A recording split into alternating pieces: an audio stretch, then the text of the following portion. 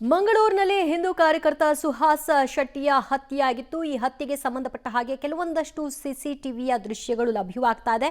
ಹತ್ಯೆಗೆ ಯಾವ ರೀತಿಯಾಗಿ ಸ್ಕೆಚ್ ರೂಪಿಸಿದ್ರು, ಎಷ್ಟು ಮಂದಿ ಭಾಗಿಯಾಗಿದ್ರು, ಅದಕ್ಕೆ ಬಳಕೆ ಮಾಡಿದಂತಹ ಮಾರಕಾಸ್ತ್ರಗಳು ಯಾವ ರೀತಿ ಕೊಚ್ಚಿ ನಡು ರಸ್ತೆಯಲ್ಲೇ ಕೊಲೆಗೈದಿದ್ದಾರೆ ಅನ್ನೋದಕ್ಕೆ ಸಂಬಂಧಿಸಿದಂತಹ ಸಿಸಿಟಿವಿಯ ದೃಶ್ಯ ಲಭ್ಯವಾಗಿದೆ.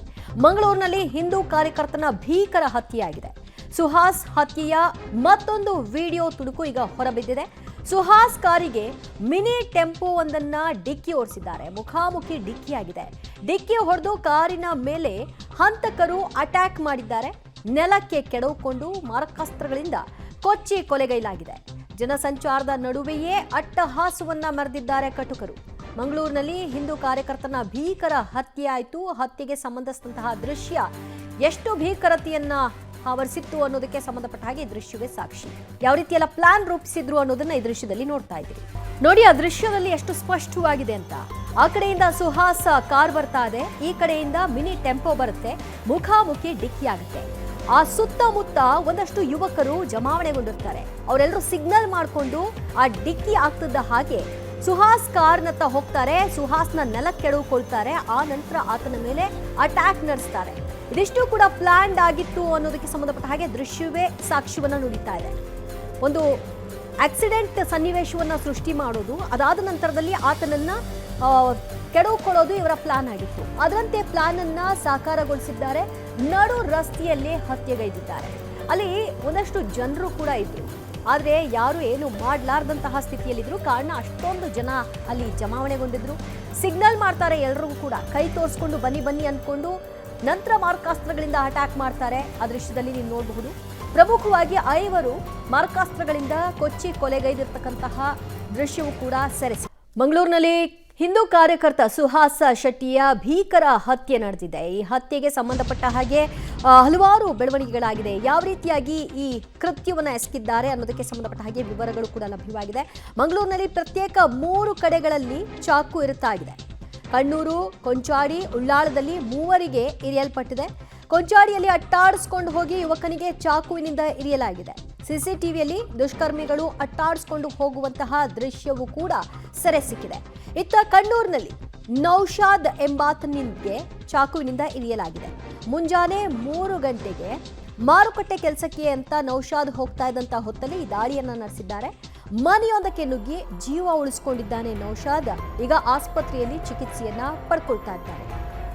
ಹೇಗೆ ಮಂಗಳೂರಿನಲ್ಲಿ ಹಿಂದೂ ಕಾರ್ಯಕರ್ತರ ಅಟ್ಯಾಕ್ ಆಗುತ್ತೆ, ಅದರ ಬೆನ್ನಲ್ಲೇ 3 ಕಡೆಗಳಲ್ಲಿ ದಾಳಿ ನಡೆಯುತ್ತೆ ಅನ್ನೋದಕ್ಕೆ ಸಂಬಂಧಪಟ್ಟಂತಹ ದೃಶ್ಯ. ಅಂದ್ರೆ ಈ ಕೃತ್ಯಗಳನ್ನ ಎಸಗೋರಿಗೆ ಯಾರ ಭಯವೂ ಇಲ್ಲ ಅನ್ನೋದು ಇಲ್ಲಿ ಸ್ಪಷ್ಟವಾಗಿ ಕಾಣಿಸ್ತಾ ಇದೆ. ಮತ್ತಷ್ಟು ಮಾಹಿತಿ ಪಡೆಯೋಣ ನಮ್ಮ ಪ್ರತಿನಿಧಿ ಸುಖಪಾಲ್ರಿಂದ. ಈ 3 ಕಡೆಗಳಲ್ಲಿ ನಡೆದಿರುವಂತಹ ಈ ಅಟ್ಯಾಕ್ ಅನ್ನ ಗಮನಿಸ್ತಾ ಇದ್ರೆ ಸುಹಾಸ್ ಶೆಟ್ಟಿಯ ಹತ್ಯೆಗೆ ಪ್ರತಿಕಾರವಾಗಿ ನಡೆದಂತಹ ದಾಳಿ ಅನ್ನೋ ರೀತಿಯಲ್ಲಿ ಕಾಣಿಸ್ತಾ ಇದೆಯಾ? ಅದಕ್ಕೆ ತಳಕು ಹಾಕೊಳ್ತಾ ಇದೆಯಾ ಸುಖಪಾಲ್?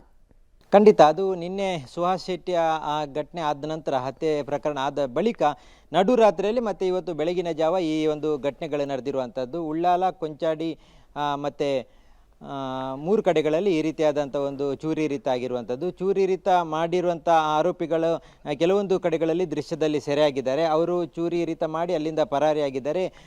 ಬೇರೆ ಬೇರೆ ಆಸ್ಪತ್ರೆಗಳಲ್ಲಿ ಗಾಯಾಳುಗಳನ್ನು ದಾಖಲು ಮಾಡಲಾಗಿದೆ. ನಿನ್ನೆಯ ಘಟನೆಯನ್ನು ಗಮನಿಸಿದರೆ ದಿವ್ಯ ಜ್ಯೋತಿ, ಆ ಒಂದು ಸಂದರ್ಭದಲ್ಲಿ ಯಾವ ರೀತಿ ಸುಹಾಸ್ ಶೆಟ್ಟಿಯನ್ನು ಅಡ್ಡ ಹಾಕಿದ್ರು, ಅವರ ಇನೋವಾ ಕಾರ್ ಏನಿತ್ತು ಆ ಇನೋವಾ ಕಾರನ್ನು ಫಾಲೋ ಮಾಡಿಕೊಂಡು ಬಂದಿದ್ದರು. ಅದರ ಬಳಿಕ ಮುಂಭಾಗದಲ್ಲಿದ್ದಂಥ ಒಂದು ಮೀನಿನ ಬೊಲೆರೋ ಟೆಂಪೋ ಏನಿತ್ತು ಅದರ ಮೂಲಕ ಅಡ್ಡ ಹಾಕ್ತಾರೆ. ಅಲ್ಲಿಂದ ತಪ್ಪಿಸಲಿಕ್ಕೆ ಯತ್ನಿಸಿದಂಥ ಸಂದರ್ಭದಲ್ಲಿ ಸುಹಾಸ್ ಶೆಟ್ಟಿಯ ಗಾಡಿ ಒಂದು ಅಂಗಡಿಗೆ ನುಗ್ಗುತ್ತೆ. ಅಲ್ಲಿಂದ ಬಾಕಿ ಆಗ್ತಾರೆ. ಅಲ್ಲಿಂದ ಓಡಲಿಕ್ಕೆ ಸಾಧ್ಯ ಆಗೋದಿಲ್ಲ. ಹೊರಗೆ ಬಂದಂಥ ಸಂದರ್ಭದಲ್ಲಿ ಸುಹಾಸ್ ಶೆಟ್ಟಿಯನ್ನು ಹೊರಗೆ ಎಳೆದು ಮಾರಕಾಸ್ತ್ರಗಳಿಂದ ಹಲ್ಲೆ ಮಾಡ್ತಾರೆ. ಇದೆಲ್ಲವೂ ಈಗ ದೃಶ್ಯ ಸೆರೆಯಾಗಿರುವಂಥದ್ದು. ಜೊತೆಗೆ ಹಲ್ಲೆ ಮಾಡಿದ ನಂತರ ಹಲ್ಲೆ ಮಾಡುವ ದೃಶ್ಯಗಳಾಗಿರ್ಬೋದು, ಆ ಬಳಿಕ ಅಲ್ಲಿಂದ ಪರಾರಿಯಾಗುವಂಥ ಸಂದರ್ಭದ ದೃಶ್ಯಗಳು ಎಲ್ಲವೂ ಸೆರೆಯಾಗಿದೆ. ಪೊಲೀಸರು ಈಗ 3 ತಂಡಗಳನ್ನು ಮಾಡಿ ಆರೋಪಿಗಳನ್ನು ಪತ್ತೆ ಹಚ್ತೇವೆ ಅನ್ನುವಂಥದ್ದನ್ನು ಹೇಳಿದ್ದಾರೆ. ಆದರೆ ಈವರೆಗೂ ಯಾವುದೇ ರೀತಿಯಾದಂಥ ಪತ್ತೆ ಆಗಿಲ್ಲ.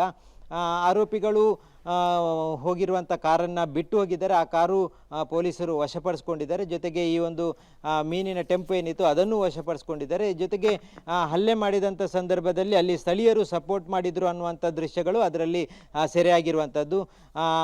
ಹಲ್ಲೆ ಮಾಡಿದ ಬಳಿಕ ಅವರು ಓಡಲಿಕ್ಕೆ ಪ್ರಯತ್ನ ಪಟ್ಟಂಥ ಸಂದರ್ಭದಲ್ಲೂ ಅವರಿಗೆ ಸಹಕಾರ ಮಾಡಿರುವಂಥದ್ದು. ಜೊತೆಗೆ ಇಬ್ಬರು ಮಹಿಳೆಯರು ಆ ಸಂದರ್ಭದಲ್ಲಿ ಬುರ್ಕಾ ಹಾಕ್ಕೊಂಡು ಅಲ್ಲಿಗೆ ಬಂದಿದ್ದಾರೆ. ಆರೋಪಿಗಳು ಪರಾರಿ ಆಗುವಂಥ ಸಂದರ್ಭದಲ್ಲಿ ಅವರ ಹತ್ರ ಮಾತುಕತೆಗಳನ್ನ ಮಾಡಿದ್ದಾರೆ. ಹೀಗಾಗಿ ಎಲ್ಲ ಮೊಬೈಲ್ ಚಿತ್ರೀಕರಣದಲ್ಲಿ ದೃಶ್ಯ ಸೆರೆಯಾಗಿರುವಂಥದ್ದು, CC ಕ್ಯಾಮ್ರಾದಲ್ಲಿ ಸೆರೆಯಾಗಿರುವಂಥದ್ದು. ಹಾಗಾಗಿ ಪೊಲೀಸರು ಎಲ್ಲವನ್ನ ಕಲೆ ಹಾಕ್ಕೊಂಡು ಈಗ ಆರೋಪಿಗಳನ್ನು ಪತ್ತೆ ಹಚ್ಚಲಿಕ್ಕೆ ಮುಂದಾಗಿದ್ದಾರೆ. ಆದರೆ ಈವರೆಗೂ ನಿನ್ನೆ ಘಟನೆ ನಡೆದು ಈವರೆಗೂ ಪೊಲೀಸರು ಯಾವುದೇ ರೀತಿಯಾದಂಥ ಆರೋಪಿಗಳ ಪತ್ತೆ ಬಗ್ಗೆ ಅಥವಾ ಬಂಧನದ ಬಗ್ಗೆ ಯಾವುದೇ ರೀತಿಯಾದಂಥ ಮಾಹಿತಿಗಳನ್ನು ಹಾಕ್ತಾ ಇಲ್ಲ. ಹಾಗಾಗಿ ಈವರೆಗೂ ಪೊಲೀಸರು ಆರೋಪಿಗಳನ್ನು ಬಂಧಿಸಿಲ್ಲ ಅನ್ನುವಂಥ ಆಕ್ರೋಶವು ಇಲ್ಲಿ ಕೇಳಿ ಬರ್ತಾ ಇರುವಂಥದ್ದು. ದಿವ್ಯಾ, ಥ್ಯಾಂಕ್ ಯು ಸುಖಪಾಲ್ ನಿಮ್ಮೆಲ್ಲ ಮಾಹಿತಿಗೆ.